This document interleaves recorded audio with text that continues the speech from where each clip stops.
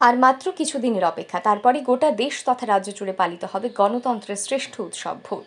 গত মার্চ মাসে রাজ্যে দুটি লোকসভা আসনে প্রার্থীদের নাম ঘোষণা করেছে ভারতীয় জনতা পার্টি। পূর্ব ত্রিপুরা লোকসভা কেন্দ্র থেকে ভারতীয় জনতা পার্টির তরফে প্রার্থী হয়েছেন ত্রিপুরা রাজপরিবারের কন্যা কৃতি সিং দেববর্মন। ভোটের দিন ঘোষণা হতেই ময়দানে ঝাঁপিয়েছে শাসক দল বিজেপি। এই লোকসভা নির্বাচনকে কেন্দ্র করে শনিবার কৃতি সিং দেববর্মনের সমর্থনে ফটিকরাই মণ্ডলের অন্তর্গত ৩ নং বুথ এলাকায় বাড়ি বাড়ি গিয়ে জনসম্পর্ক স্থাপন করলেন স্থানীয় বিধায়ক তথা রাজ্য সরকারের মৎস্য প্রাণী সম্পদ বিকাশ এবং তপশিলি জাতি কল্যাণ দপ্তরের মন্ত্রী সুধাংশু দাস। নির্বাচনী প্রচারে বেরিয়ে মন্ত্রী এদিন বলেন, বাড়ি বাড়ি জনসম্পর্ক অভিযানে বেরিয়ে জনগণের স্বতঃস্ফূর্ত উচ্ছ্বাস ও উদ্দীপনা দেখে এটা সুনিশ্চিত হয়ে গেছে যে আসন্ন এই লোকসভা নির্বাচনে বিরোধীদের জামানত জব্দ করে বিজেপি মনোনীত প্রার্থী কৃতি সিং দেববর্মন বিপুল ভোটে জয়লাভ করবেন। আজকে ফটিকরাই মণ্ডলের অন্তর্গত ৩ নং বুথে ভারতীয় জনতা পার্টির কার্যকর্তাদের নিয়ে আমরা বাড়ি বাড়ি জনসম্পর্ক করছি।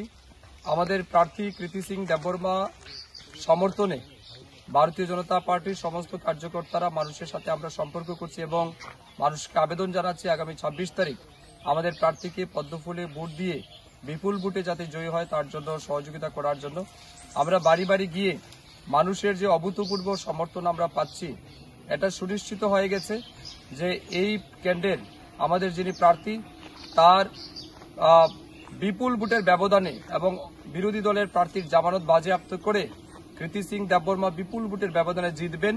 সেটা শুধুমাত্র সময়ের অপেক্ষা এবং আমরা মনে করি আমাদের দেশের যশস্বী প্রধানমন্ত্রী নরেন্দ্র মোদীজিকে আগামী দিন প্রধানমন্ত্রী বানিয়ে ভারতবর্ষের বিকশিত ভারত সংকল্পকে বাস্তবায়িত করতে আমাদের সবাইকে এগিয়ে আসতে হবে।